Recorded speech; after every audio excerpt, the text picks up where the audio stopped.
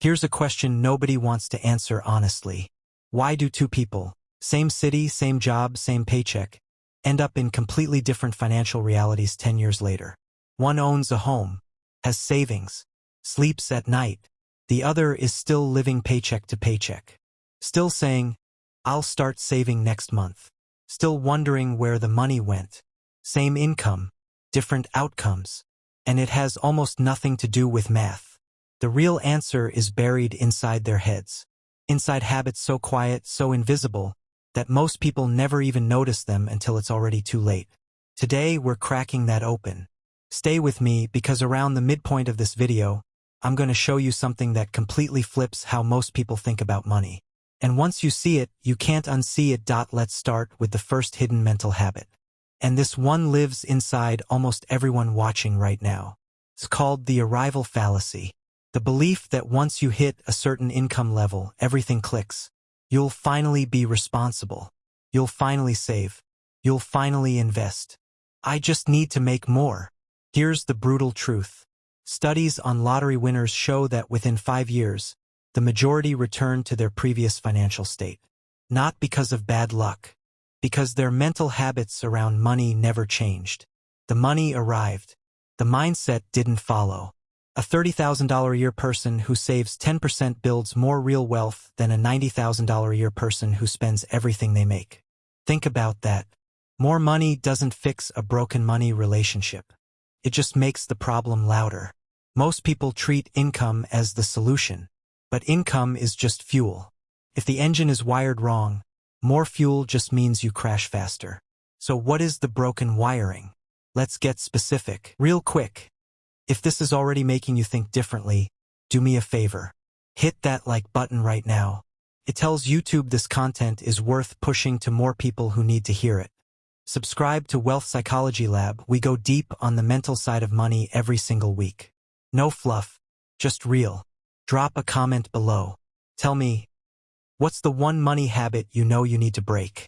I read every single comment. Now let's keep going because we haven't even hit the most uncomfortable part yet. Okay, here are the 5 mental habits that quietly destroy wealth building.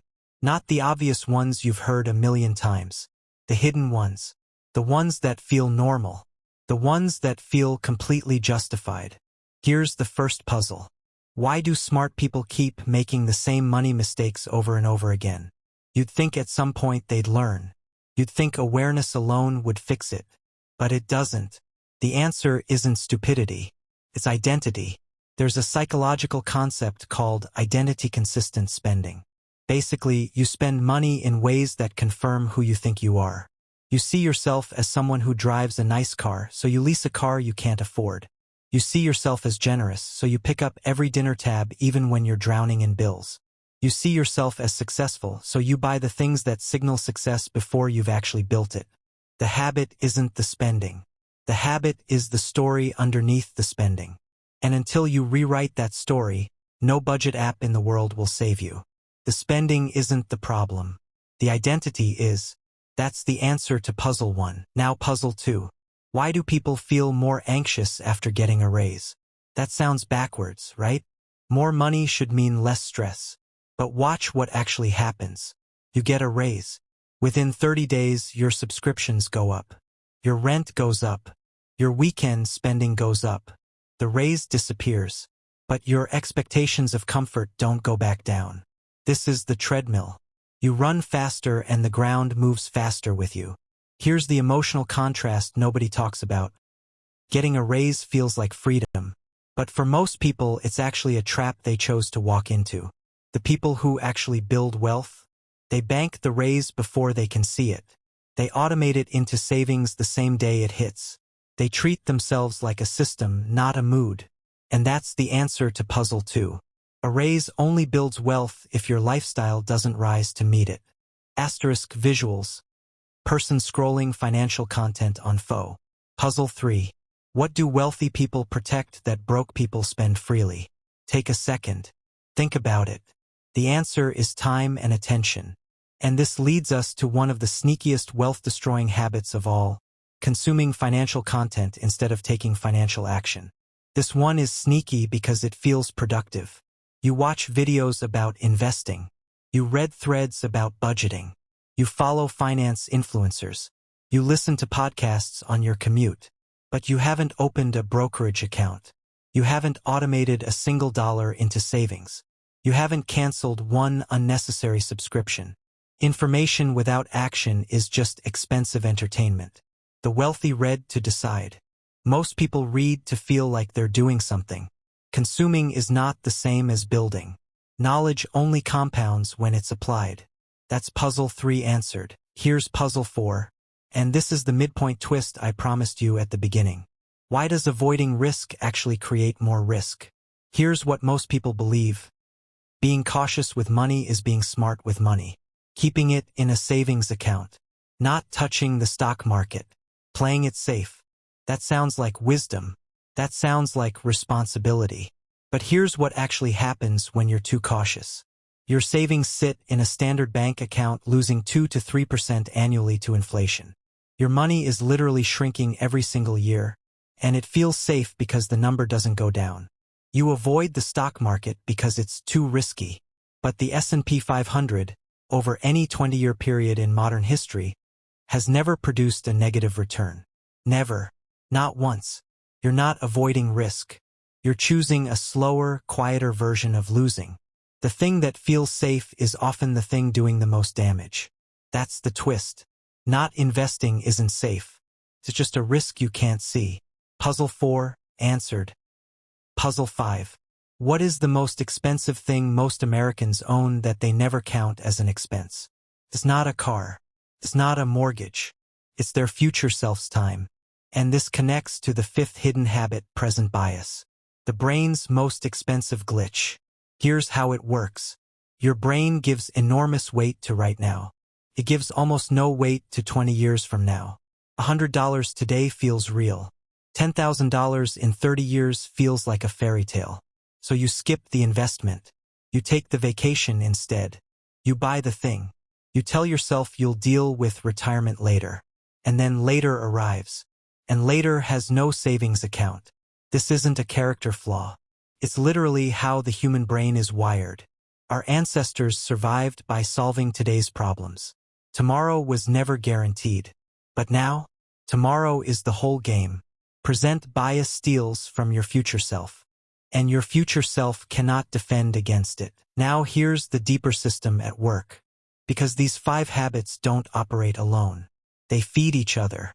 You have a broken identity around money, so you spend to maintain an image, which creates lifestyle creep, which leaves no room to invest, so you avoid risk out of scarcity, which keeps your money stagnant, which makes you feel behind, so you consume more financial content to cope, and the cycle starts again.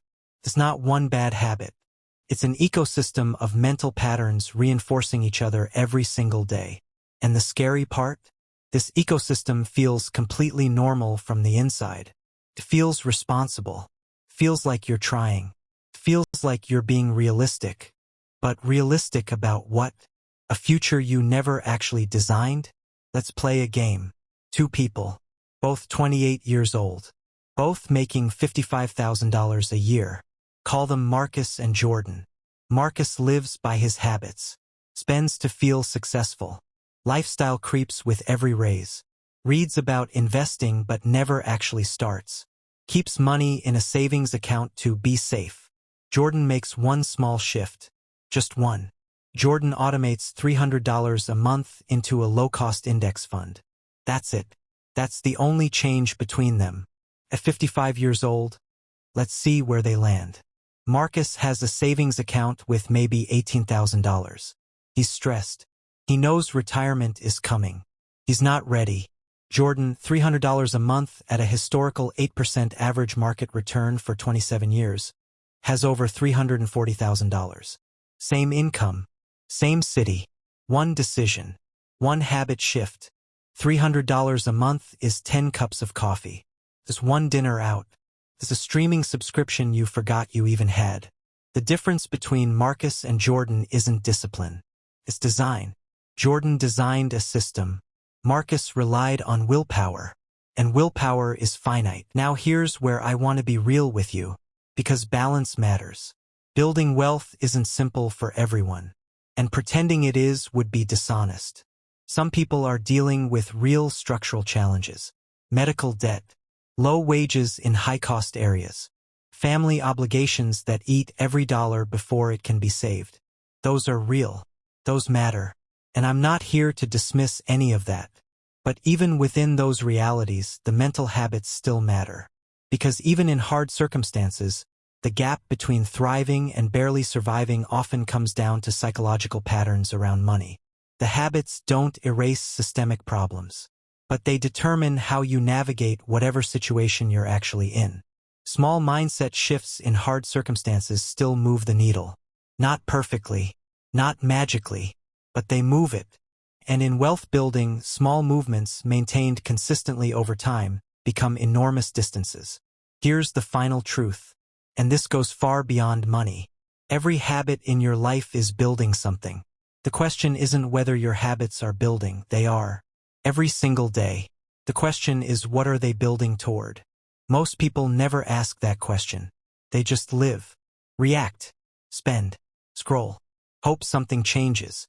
But wealth, real, lasting, quiet wealth, is never an accident. It's always the result of invisible daily decisions that compound over years into something undeniable. The habits that destroy wealth building aren't dramatic. They don't look like failure. They look like a normal Tuesday. They look like saying, I'll start next month. They look like buying comfort instead of building capital. They look like choosing the version of yourself you want to appear to be over the version you're actually becoming underneath. Change the habit. Change the identity. Change the outcome. That's the system. And now you see it. If this video hit different for you, share it. Seriously. Send it to one person in your life who needs to hear this. That's how this channel grows, and that's how real change actually spreads person to person. Like this video if you got something real out of it. And subscribe to Wealth Psychology Lab, because next week we're going even deeper into the psychology of why people self-sabotage right when they're closest to a financial breakthrough. That one might change everything. I'll see you there.